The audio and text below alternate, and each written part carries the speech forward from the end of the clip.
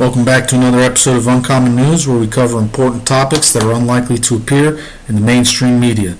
Today's topics are going to include updates between China and Taiwan, the socialization of hospitals inside the United States, the socialization of the energy and oil sectors, the government's latest attempt to disarm the public, and we're going to attempt to end the video on a positive note.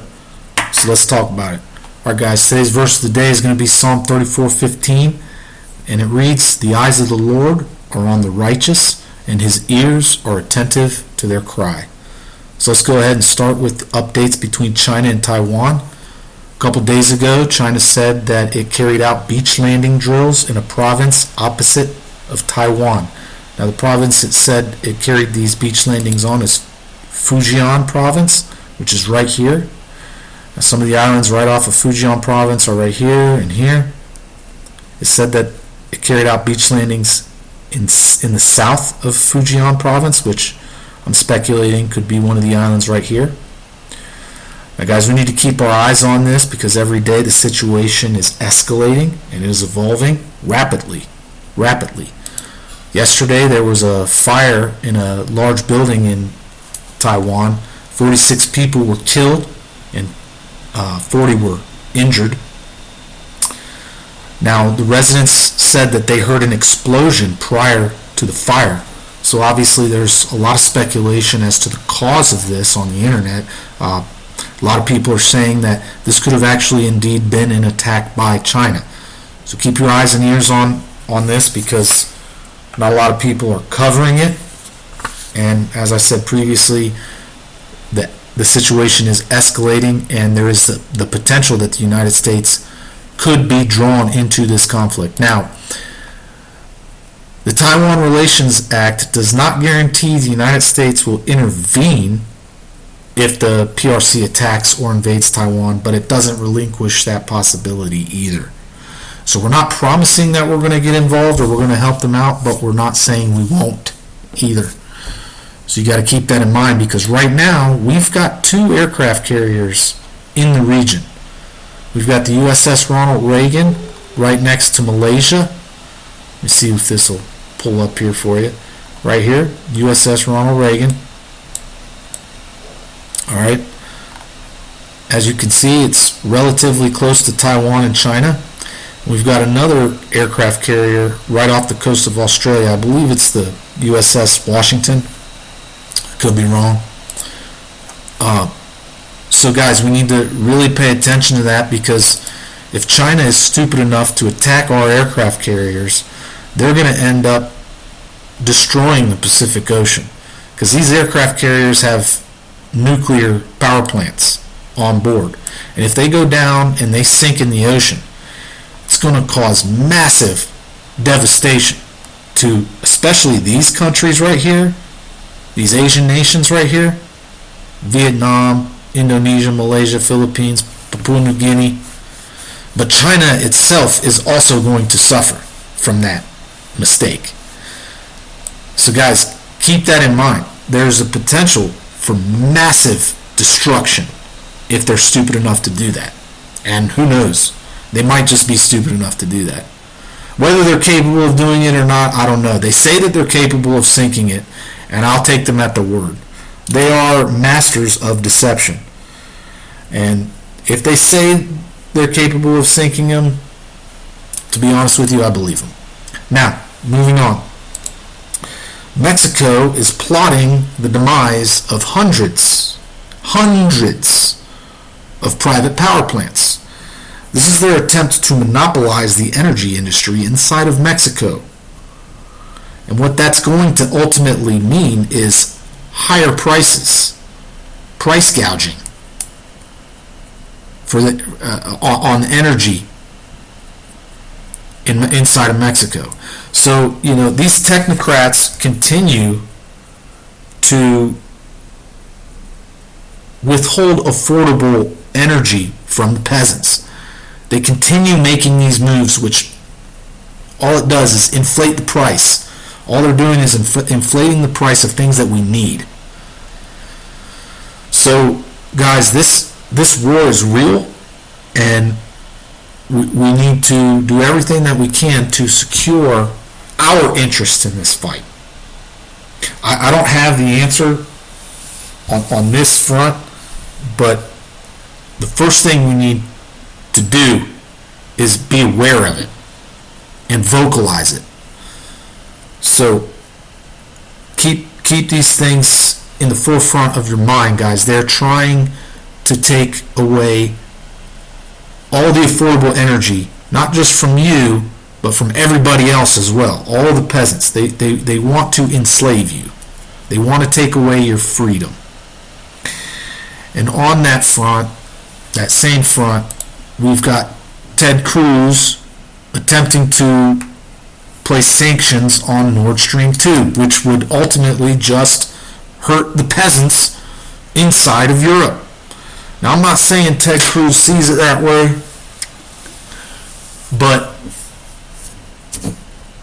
everybody is, all of these technocrats are making moves to ultimately raise the price of energy.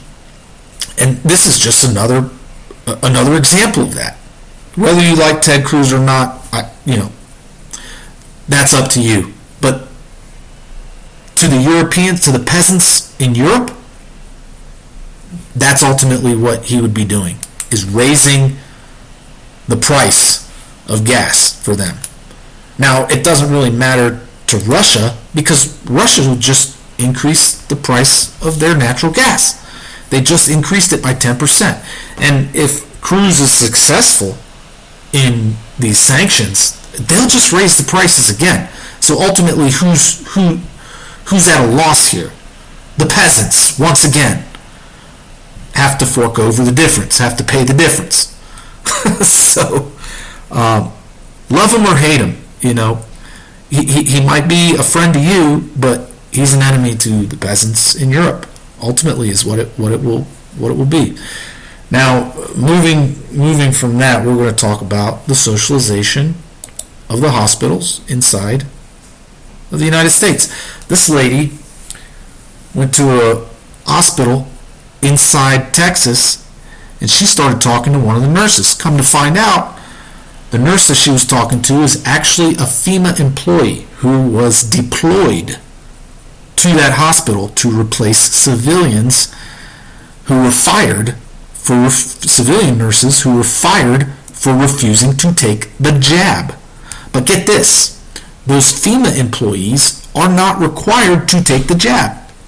So what you're seeing is unjabbed employees in the civilian sector getting fired and then being replaced by unjabbed employees, by federal employees who are replacing them. So this is the socialization of hospitals. It's exactly what this is. And we need to really keep our eyes on this, because when you follow where this is going, it is not a happy ending. Guys, this is going to end up resulting in the rationing of healthcare. You heard about the death panels many years ago when the Obamacare Act was being debated? That is what's ultimately going to happen. You're going to go into the hospital. They're going to ration medication and ration services to you. They're going to withhold those medications and services. And then in order to pay for the medication and the services, they're going to open you up, take your organs out, and sell them to the highest bidder. These hospitals, mark my words, these hospitals are going to turn into human butcher factories where they ultimately harvest human organs, just like in China. So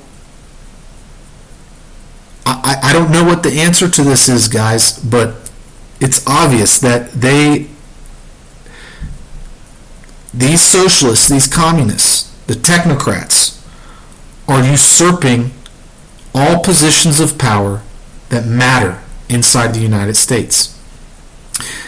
And in order to solidify their usurpation, they need to take firearms from the people that know how to use them. And that's where this red flag bill comes in. Because these are the people that will push back the hardest once they realize what is going on and what has happened.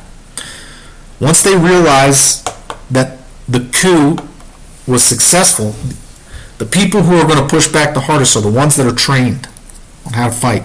And this red flag bill will give authority to military courts to basically strip the Second Amendment, take away the rights of veterans who are discharged from the military. Think about that.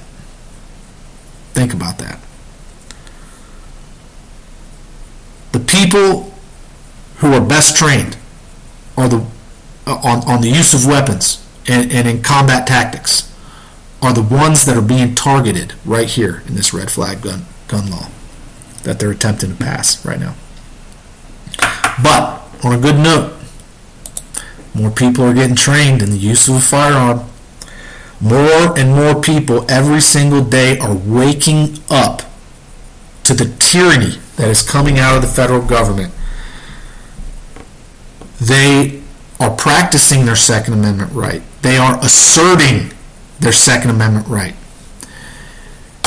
And this gentleman, Rick Ector, an NRA instructor, just finished a 2-day session where he helped train 4,000 minority women from inner city Detroit on gun safety and firearm use.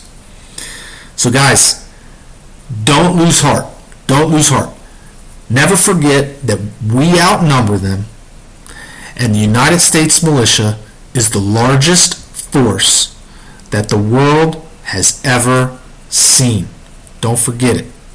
Guys, thanks for watching this episode of Uncommon News. Go ahead and like, comment, subscribe.